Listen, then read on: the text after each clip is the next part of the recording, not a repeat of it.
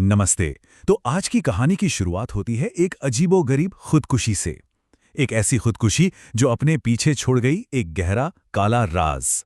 एक ऐसा राज जिसमें जिंदगी और मौत के बीच एक सौदा हुआ था। और ये सब कुछ शुरू हुआ एक बहुत ही रहस्यमयी नोट के साथ। इस पूरी कहानी का जो सेंटर पॉइंट है ना, वो है ये एक लाइन का सुसाइड नोट जो सिद्धार्थ नाम के एक आदमी ने अपनी जान लेने से ठीक पहले छोड़ा था। लिखा था, उस कमरे में कोई है पर वो तुम्हारे पीछे नहीं आएगा। कौन सा कमरा और कौन है वो जो पीछे नहीं आएगा? यही सवाल उसकी पत्नी श्रुति को एक ऐसे भयानक सफर पर ले जाते हैं जिसकी उसने कल्पना भी नहीं की थी। तो चलिए इस कहानी के शुरुआती हिस्से पे चलते हैं। श्रुति अपने पति की मौत के सदमे से उभरने की कोशिश कर ही रही थी कि उसकी जिंदगी में एक और तूफान आ गया।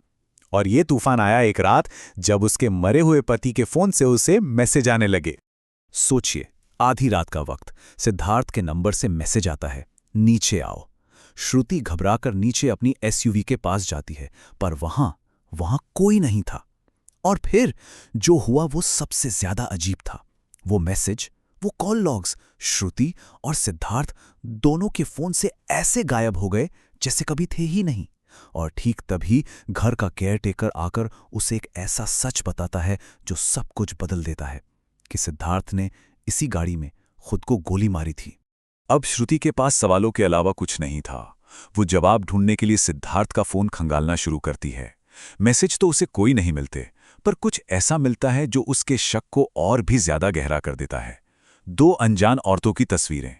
आखिर सिद्धार्थ की जिंदगी का वो कौन सा हिस्सा था जो श्रुति से पूरी तरह छिपा हुआ था? इन्हीं तस्वीरों के सहारे श्रुति की खोज उसे सिटी सेंट्रल लाइब्रेरी तक ले आती है। और वहां उसकी मुलाकात होती है निशा से, एक लाइब्रेरियन जो तस्वीरों वाली औरतों में से ही एक थी। और बस यहीं से राज की एक एक परत खुलना शुरू हो जाती है। निशा जो बताती है उससे कहानी और उलझ जाती है। वो कहती है कि सिद्धार्थ के साथ उसका रिश्ता बस एक कैजुअल फ्लर्ट जैसा ही था। पर एक बार जब सिद्धार्थ उसे घर ले गया तो चीजें बहुत अजीब हो गई। किस करते करते सिद्धार्थ ने अचानक उसका गला दबाना शुरू कर दिया।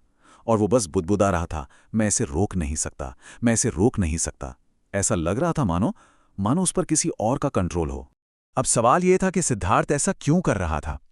उसके इस अजीब बर्ताव को समझने के लिए हमें श्रुति के अतीत में झांकना होगा। एक ऐसी घटना जिसने सिद्धार्थ को एक ऐसा कदम उठाने पर मजबूर कर दिया था जिसे हम मौत के साथ सौदा कह सकते हैं। देखिए, 4 साल पहले एक भयानक एक्सीडेंट हुआ था। उसमें श्रुति का दिल पूरे 13 मिनट के लिए धड़कना बंद हो गया था। और उन 13 मिनटों में उसने खुद को एक ऐसे कमरे के दरवाजे पर खड़ा पाया था जिसमें सिर्फ और सिर्फ घना अंधेरा था। यही है वो डार्क रूम जिसका जिक्र सिद्धार्थ ने अपने सुसाइड नोट में किया था। और यहीं पर पति पत्नी के बीच एक बहस शुरू हो गई थी जो कभी खत्म ही नहीं हुई। श्रुति को तो उस कमरे में सिर्फ अंधेरा दिखा था, पर सिद्धार्थ को यकीन था, पूरा यकीन, कि उस अंधेरे में कोई या शायद कुछ और भी था। उसे लगता था कि श्रुति के साथ उस कमरे से कोई चीज लौट आई है। और फिर निशा एक और चौंकाने वाला खुलासा करती है। वो बताती है कि सिद्धार्थ उसे श्रुति के घर नहीं ले गया था, बल्कि जंगल में बने एक दूसरे घर में ले गया था। ये घर बिल्कुल श्रुति के घर की नकल था, पर सब कुछ उल्टा था, एकदम उल्टा, जैसे किसी आईने में दिख रहा हो। एक जला हुआ वीरान घर। ये उल्टा घर सिर्फ एक घर नहीं था, ये एक बहुत ही भयानक रस्म का हिस्सा था जो सिद्धार्थ कर रहा था। क्यों? श्रुति को उस डार्क रूम वाली चीज से बचाने के लिए। जब श्रुति और निशा उस जले हुए उल्टे घर के अंदर जाते हैं तो उन्हें छत से लटकती हुई एक लकड़ी की गुड़िया मिलती है। निशा, जिसे इन सब चीजों के बारे में थोड़ी बहुत जानकारी थी, वो तुरंत पहचान जाती है कि ये कोई मामूली गुड़िया नहीं है। ये आत्माओं या बुरी शक्तियों को भटकाने के लिए की जाने वाली रस्म का एक हिस्सा है। अभी निशा को याद आता है कि सिद्धार्थ ने लाइब्रेरी से अघोर शास्त्र नाम की एक किताब ली थी जिसे उसने कभी लौटाया ही नहीं। उसने कहा था, बहुत दिनों बाद कुछ काम का मिला है। यही वो किताब थी जिसमें मौत को धोखा देने की एक विधि लिखी हुई थी। अब ये किताब मौत को धोखा देने की एक भयानक विधि बताती थी। 4 स्टेप्स थे इसमें।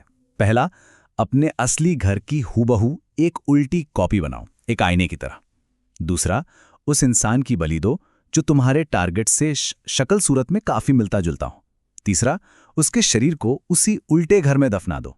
और चौथा और सबसे जरूरी, जहां उसे दफनाया है ठीक उसके ऊपर एक लाल रंग की लकड़ी की गुड़िया टांग दो। सिद्धार्थ ये सब क्यों कर रहा था? वो मौत को धोखा देना चाहता था, ताकि मौत श्रुति की जगह किसी और को ले जाए। और ठीक तभी केयरटेकर एक और सच उगलता है। वो बताता है कि उसने सिद्धार्थ को उस उल्टे घर में महीनों पहले देखा था, पर निशा के साथ नहीं, बल्कि तस्वीर वाली पहली औरत के साथ। केयरटेकर ने सिद्धार्थ से पूछा भी था कि वो यहाँ क्या कर रहा है, तो उसने कहा था, मैं ये सब मैम साहब की भलाई के लिए कर रहा हूं। और यहीं पर श्रुति को सब कुछ साफ हो जाता है। वो गुड़िया किसी आने वाली रस्म के लिए नहीं थी, वो एक कब्र का निशान थी। एक बलि पहले ही दी जा चुकी थी। श्रुति कांपते हुए उस घर में वापस जाती है, गुड़िया के नीचे तहखाने का दरवाजा खोलती है और अंदर उसे उस पहली औरत की लाश मिलती है। अब जब रस्म का पूरा सच सामने आ चुका था, श्रुति का सामना सीधे उस शक्ति से होता है जिससे सिद्धार्थ उसे बचाने की कोशिश में मारा गया था। श्रुति को एक फोन आता है। आवाज सिद्धार्थ की है, पर वो सिद्धार्थ नहीं है। फोन पर मौजूद वो शक्ति कहती है, मैं थक गया था, उस डार्क रूम में जो था उससे तुम्हें बचाते बचाते थक गया था। वो बताती है कि मौत 4 साल से श्रुति का पीछा कर रही है और ये सब सिर्फ और सिर्फ श्रुति की मौत से ही खत्म होगा। ये सुनकर श्रुति अपराध बोध से टूट जाती है। उसे लगने लगता है कि उसकी वजह से 2 लोगों की जानें चली गई हैं, एक अनजान औरत की और उसके अपने पति की। वो शक्ति उसे इतना मैनिपुलेट करती है, इतना तोड़ देती है कि श्रुति सिद्धार्थ की ही बंदूक उठाकर अपनी जान लेने के लिए तैयार हो जाती है। लेकिन ठीक उसी पल जब वो ट्रिगर दबाने वाली थी, उसके दिमाग में बिजली की तरह एक बात कौन थी? सिद्धार्थ का सुसाइड नोट। रुको, उसे याद आया, सिद्धार्थ के नोट में तो साफ साफ लिखा था कि वो मेरे पीछे नहीं आएगा। और तभी उसे सब समझ आ गया। तुम सिद्धार्थ नहीं हो। उसे एहसास हो जाता है कि फोन पर जो भी है वो झूठ बोल रहा है। अब फर्क एकदम साफ था। वो शक्ति श्रुति को तोड़कर उसे हार मनवाना चाहती थी ताकि वो अपनी जान दे दे, जबकि सिद्धार्थ ने उसे बचाने के लिए अपनी जान दी थी। उसने श्रुति से वादा किया था कि वो चीज उसके पीछे नहीं आएगी, और सिद्धार्थ का बलिदान ही उस वादे की गारंटी था। अब श्रुति के अंदर डर की जगह हिम्मत थी। वो उस शक्ति को जवाब देती है, मौत भले ही इंसान की आखिरी मंजिल होती होगी, लेकिन वो किसी की किस्मत नहीं हो सकती। श्रुति ठान लेती है कि वो सिद्धार्थ के बलिदान को बेकार नहीं जाने देगी। वो जीने का फैसला करती है, अपराध बोध में डूबकर नहीं, बल्कि उस शैतानी शक्ति के खिलाफ एक चुनौती की तरह। और उसके इस एक फैसले के साथ ही वो शक्ति हार जाती है। तो ये कहानी हमें एक बहुत गहरे सवाल के साथ छोड़ जाती है कि जब हमारी जिंदगी में कोई ऐसी मुसीबत आए जिससे बचना नामुमकिन लगे, तो सबसे बड़ी जीत किस में है? उस मुसीबत से लड़ने में, किसी अपने के लिए बलिदान देने में, या फिर बस एक और दिन जीने का फैसला करने में? सोचिएगा जरूर।